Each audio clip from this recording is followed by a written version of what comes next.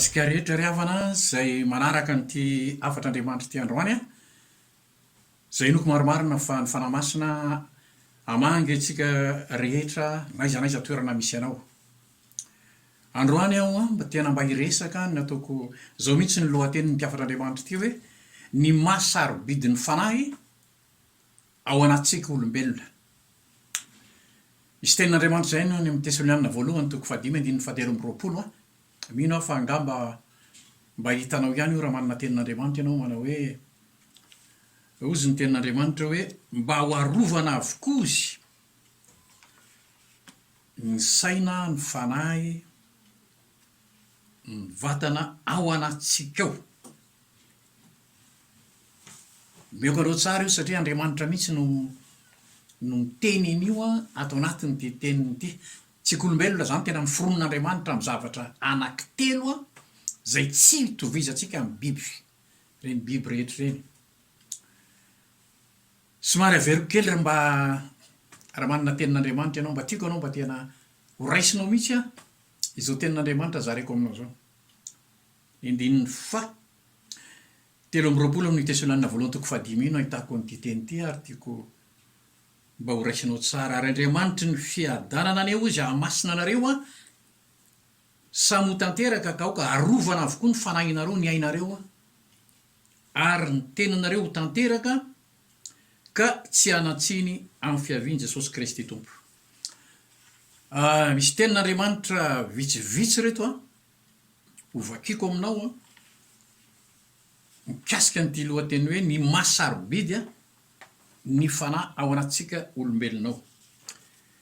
Ato milioko toko 9:40 ato manomboka amin'ny 7:20 ho vakiako aminao amin'ny anaran'i Jesosy manao hoe nisy lehilahy ozy manan-karena anankiray niakanjo volomparasy sy rongony fotsy madinika sady nanara-pofatratra isan'andro tamin'ny fahafinaretana. Ary nisy olona malahelo fiarena anankiray atao hoe Lazarosy nipetraka teo amin'ny vavahadiny. Ary naniry mba hihinana izay latsaka avy tamin'ny latabatra ilay manan-karena izy, fa ny alika kosa no avy ka nilelaka ny feriny. Ary maty ilay malahelo dia nentin'ny enjely ho anatratrany Abrahama. Ary maty koa ilay manan-karena dia nalevona. Ary raha nijaly tao amin'ny fiaina tsy hita izy ka niandrandra dia nahita ny Abrahama teny lavitra eny izy sy Lazarosy tao atratrany. Ary izy niantsoka nanao hoe ry Abrahama raiko, mamindra fo amiko ka irao Lazarosy mba hanomboka ny tendro ny ratsan-tanany amin'ny rano, mba ampangatsiaka ny lelako fa fadiranovanao eto anatin'ity lehilahy foy ity. Fa hoy Abrahama, anaka, tsarovy fa ianao efa nahazo ny zava-tsoanao tamin'ny andro ny ainanao, ary Lazarosy kosa ny zava-dratsy. Fa ankehitriny izy no ampifaliana aty, ary ianao kosa ny fadiranovana. Ary mihoatra noho izany rehetra izany misy tavana makadiry ajadona eo anelanelantsika mba tsy ho afa-mita ankeny aminareo izay te hialy ety ary tsy afaka mita ankety aminay izay eny. Dia hoy izy mangataka aminao ary aho ry raiko mba irao Lazarosy makanetramin'ny raiko fa manana rahalahy 5 aho mba ilaza tsara aminy fa ndra ho tonga aty amin'ity fijaliana ity koa izy. Fa hoy Abrahama, manana ny Mosesy sy ny mpaminanina izy, aoka hiain'ireo izy. Foy koa izy tsy ary Abrahama raiko, fa raha misy miala amin'ny maty akany aminy dia hibebaka izy. Fa hoy Abrahama taminy, raha tsy miaino ny Mosesy sy ny mpaminanina izy dia tsy hety ino izy na dia misy mitsangana amin'ny maty azy. Toy izantsika amin'ny Apokalipsy toko 20 ny 10 no manomboka ho vakiako aminao. Ary ny devoly izay namitaka azy dia natsipy tany amin'ny fariafo sy solofara izay nisy ilay bibidia sy ilay mpaminany sandoka koa. Ary ampijaliana andro aman'alina mandrakizay ireo. Ary hitako fa indro nisy seza fiandranana fotsy lehibe sy ilay mipetraka eo amboniny. ary ny tany sy ny lanitra nandositra ny tavany ka tsy nisy nitoerana intsony. Ary nahitany maty aho na ny lehibe na ny kely nitsangana teo anolohan'ny seza fiandrianana ary nalevona ary novelarina ny boky. Ary nisy boky ray koa novelarina dia ny boky ny fiainana izany. Ary ny maty dia notsaraina araka ny zavatra voasoratra tao anatin'ny boky araka ny asany. Ary ny ranomasina dia namoaka ny maty tao anatiny, ary ny fahafatesana sy ny fiainatsita namoaka ny maty tao aminy. Dia samy notsaraina araka ny asany izy.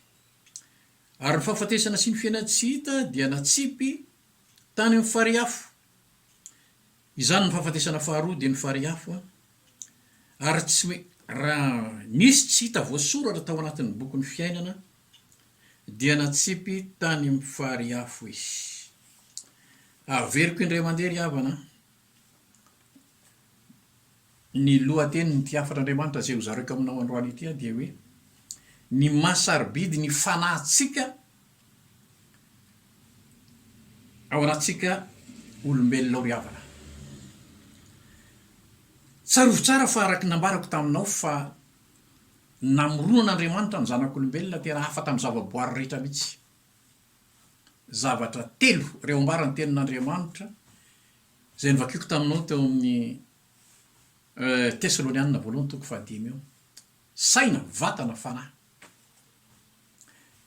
Iresaka kely aminao ny tena ity fanahy ity mahafa kely azy dia zao nataon'Andriamanitra ino nangalan'Andriamanitra n'le hoe nataon'Andriamanitra manana endrika tahaka an'Andriamanitra. Ny fanahy zany ry havana atao anatin'ity soratra masiny ity dia tsy mety levona io ary tsy mety maty intsony io mandrak'izay. Jerevonareo ny ry havana ny tena masarobidy iny fanahy io. Ny biby rehefa maty dia avy hatrany dia zay ny vitany aminy. Fa ny olombelona tsarovy tsara ry havana mandrak'izay io fanahy io. Ary ampatsivin'Andriamanitra amintsika rehetra androany ry havana fa tena sarobidy mihitsy. Zay nge ry havana tena masarobidy ny fitoriana amin'ny filazantsara. Tena toroko anao zany. Sarobidy. Matetika manko ohatrany tsy rarahin'ny olona. Ary ohatrany heverin'ny olona ohatrany zavatra maivana mihitsy izany atao hoe tenin'Andriamanitra zany. Napetrak'Andriamanitra mihitsy ry havana ty atao hoe soratra masiny ity ho atsika zanak'olombelona. Ary Jesosy moa tonga taty ambonin'ny tany mihitsy tena nanizingizina mihitsy izy. Ny tena masarobidy io fanahy ao anatsika io. Eritrereto ny ry havana zany hoe niala tany an-danitra izy tonga teto ambonin'ny tany. Nanolotra ny ainy 3 taona mitory. Ty atao hoe filazantsara ty. Inona ny antony? Satria tena fantatr'Andriamanitra fa tena sarobidy le fanahy atao anatsika io. Tena sarobidy io. Ary zany no natonga an'Andriamanitra naniraka ny mpianatra 12 io mandehananareo. Andehana toreo ohatrany amin'ny farany tany. Ity filazantsara ity mba ho renin'ny olona. Ny andraisan'ny olona zany atao hoe famonjena. Fa raha maty ny olona, tsarovy tsara ry havana. Raha maty ianao androany ka tsy noraisinao le vahaolana nomen'Andriamanitra dia tsarovy tsara ry havana fa tena mandrak'izay ny fijaliana. Nizaraiko taminao mihitsy ty lioka toko 9 ty. Jesosy Kristy le Andriamanitra mihitsy miresaka aminao io. Manazava aminao ny masarobidy zany atao hoe fanahy ao anaty. Ary napetrany mihitsy ty tantara ty mba ho hitatsika zanak'olombelona ty ambonin'ny tany. Masarobidy zany hoe fanahy zany. Raha manaraka tsara tsika zay io tantara io nge ry havana santionany io amin'ny tantara zay napetrak'Andriamanitra atao anatin'ity soratra masiny ity. Fa misy karazan'olona tena toroko anao ohatrany tsy mandraraha mihitsy tsy mivaky loha ny fahamarina ny tenin'Andriamanitra ty. Eritrereto nge ry havana zany hoe ty lojo vao eniko tamin'ny televizion ty hoe roa olona roa isaky ny ray minitra moany isaky ny ray segondra no maty olona roa isaky ny ray segondra de eritrereto angeravanyzany hoe olona maty ao anatin'ny ray andro makaiza le fanahy makaiza le fanahy raha vo tsy nandray ny toro lalana avy amin'Andriamanitra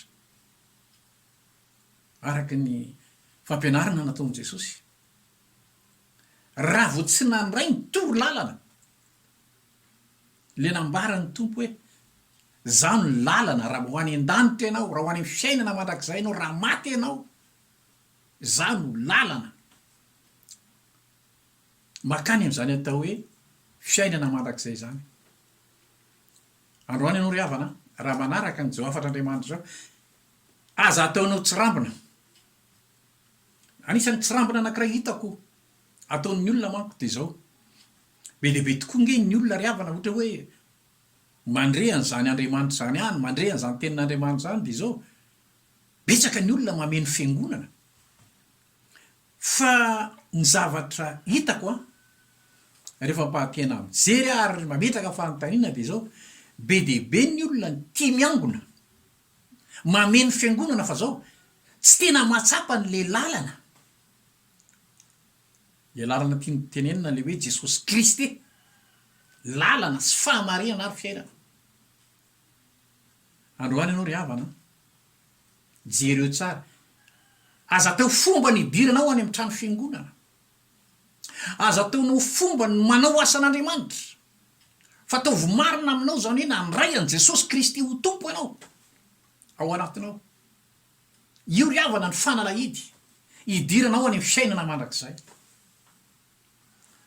io Jesosy Kristy io ataovy marina aminao io ho iata aminao teo hoe maro nge ny olona maty anatin'ny ray segondra nahoana anao ny mbola velona mandre n'zao afatr'Andriamanitra zao tsotra ny valiny ry havana tsy tian'Andriamanitra ijaly mandrakizay ianao jerevo nge ty fanoarana tantara napetraky Jesosy eto ity rangahy ty de nandany andro jerevo tsara tamin'ny filakarena zany ny tena nandanin'ny andro teto ambonin'ny tany ary be dehibe ny olona koa nge ry havana tratratratra ny zavatra mitovitovy zavatra tahaka zao lany andro ety ambonin'ny tany amin'ny zavatry ny tany tahaka zao androany ianao mijanona kely aloha de mba jereo tsara hoe ao anatinao ve le fanalahidiny fiainana mandrakizay sarobidiny ry havana ifanahy anatsika io tena sarobidy io mandrakizay io raha vo maty ianao androany de tsarovo tsara fa mandrakizay jerevo tsara fa nijaly tany amin'ny fiainana mandrakizay tany amin'ny farimy rehetra afo ile rangam-pahanankareny ty zay vo tonga saina hoe manana rahaladimy any ambonin'ny tany mba irao Lazarosy zao ry havana tsarovo tsara androany koa mba amerina kely aminao ny masarobidy ny fitoriana ny filazantsara tahaka zao ry havana raha mbola tsy maty ianao androany Jesosy mamanga ianao any tokantrano any amin'ny alalan'ny fanahy masina ekeo izy ho tompo sy mpamonjinao tsy fomba mpivavahany zany tsy atoko mpononana toroko anao fa Jesosy Kristy le maty teo amin'ny azo fijaliana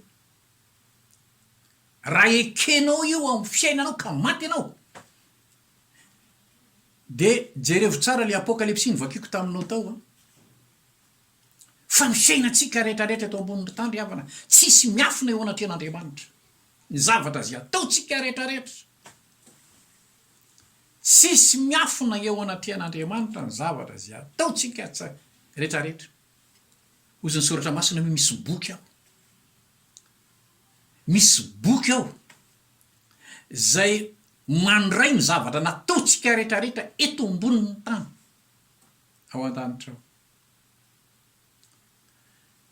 Averiko kely aminao le hoe ny masarobidy an'ilay fanahy, le fanahy ao anatsika ao.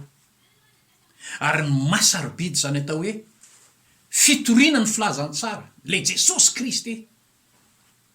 Aza laninao fotsiny ny andronao ety amboniny tany ry havana, tsy manana an' Jesosy velona ao anaty ianao. Raha mamaky tsara ianao fa averiko aminao fa Andriamanitra nampanoratra ireo mpaminany anambarana zany fahamarinana zany mba ho renesitsika rehetra ety ambony tany am'izao fahavelomana zao, am'izao fahavelomana zao. Tsara o tsara, aza variana fotsiny ianao amin'ny zavatry ny tany tahaka an'ireo olona. Raha mamaky koa ianao ny soratra masina tamin'ny tantarany androny Renoir, variana efa nisy olona marobe ngery avana tamin'izany fotoana zany ety amboniny tany, fa variana teny noko maromarina mihitsy fa zao tsy maintsy efa nambarany Noa tamin'ireo olona niarabelona taminy fa sarobidy zany fanahy ao anaty zany. Jerevo tsara ngery avana, Noa mianakafy sisany velona,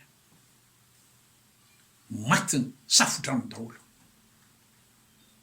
Ianao androany raha mandre ny tiavan'Andriamanitra te, aza variana, mbola averiko ihany, aza variana am'izay zavatry ny tany eto ianao. Marina fa ilaina mitady vola, marina fa ilaina daholo ny fahalalana, mandrato fahalalana be dehibe, fa izao ny ataoko anao, ataovy mipetraka tsara ny fahamarina ty tenin'Andriamanitra ty ny fiainanao, fa sarobidy le fanahy ao anatinao ao. Androany matoa ny hoy aho hoe norenesinao zany afan'Andriamanitra zany a, tian'Andriamanitra mba ho velona, mba hifaly am'izany atao fiainana mandrakizay ianao, mandrakizay veriko tsara, mandrakizay. Raha mana fotoana ianao any tokantrano any a, mba tiako ianao mba lalofo kely nge mbany masonao zany boky Apokalipsy 20 sy ny 20 zany. Tsy nipetrapetraka fotsiny akory zany atao anatin'ity atao hoe baiboly na soratra masiny ty, fa alefan'Andriamanitra tahaka zao mba ho renesitsika rehetrarehetra am'izao fahavelomatsika zao, zany afan'Andriamanitra zany. Tiany ianao mba tena andova ny fiainana mandrakizay, tiany ianao mba tena ho velona, mba tena hiara iainona aminy ianao mandrakizay, mandrakizay. Sotra ny tompo mbola nomeny tompo fotoana tahaka zao tsika mba handrenesantsika n'izany afan'Andriamanitra zany, zay inoko maromarina fa tsy tongatonga ho azy teo anatrehanao zao afan'Andriamanitra zao, fa tonga amin'ny fotoana ny mahamety mihitsy mbola nomen'Andriamanitra tombonandro anao mandrena zao afan'Andriamanitra zao mialohan'ny alanao eto amin'ity zao tontolo zao ety. Tsy anjarantsika zanak'olombelona ry havana no mametra ny andro ety ambonin'ny tany na de tena eo am-pelantananao daholo aza ro zavatry ny tany isan-karazany. Misy tenin'i Jesosy zay moa manao hoe inona oziny ny soa zanak'olombelona na de ho azon'ny olombelona rehetra aza nge oziny zavatra rehetra ety ambony tany kanefa very ny ainy.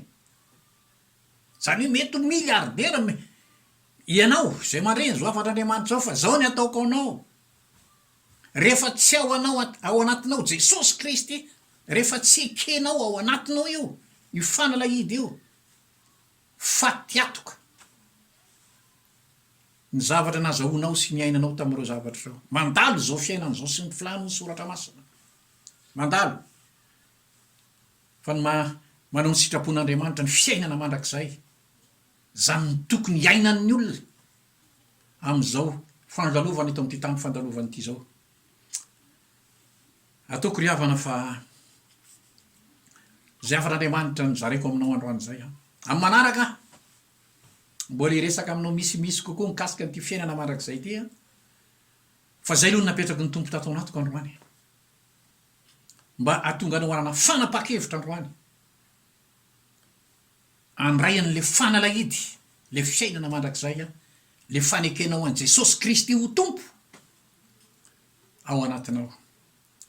Vavaka ho anao manokanao a mba ho tahin'Andriamanitra ne anao a mba hisy fanapa-kevitra ne ao anatinao a mba hanaiky azy a amin'ny fiainanao a mba tsy ho verimaina tahaka nyity voasoratra amin'ny Lioka 4:20 tia ty lelam-panan-karena ity a mijaly any amin'ny elo fary mirehitra afo fary mirehitra afo tsarovy tsara zany a mandrakizay tsy tian'Andriamanitra ianao irotsaka amin'izany kanefa safidy io anjaranao na anaiky ianao na tsy anaiky mbola veriko efa tsy atoko-ponoana ny toriko eto aminao tsy fombafomba mpivavahana ny toriko eto aminao fa Jesosy Kristy le maty teo amin'ny azo fijaliana lay nitsangana tamin'ny maty ary mamangy anao any tokantrano any koa amin'izao fotoana izao. Ivavaka ho anao manokanao a marasa fanapa-kevitra ianao a ampidiro izy ao anatin'ny fonao a mba ho marina aminao zany fahamarina ny tenin'Andriamanitra zany.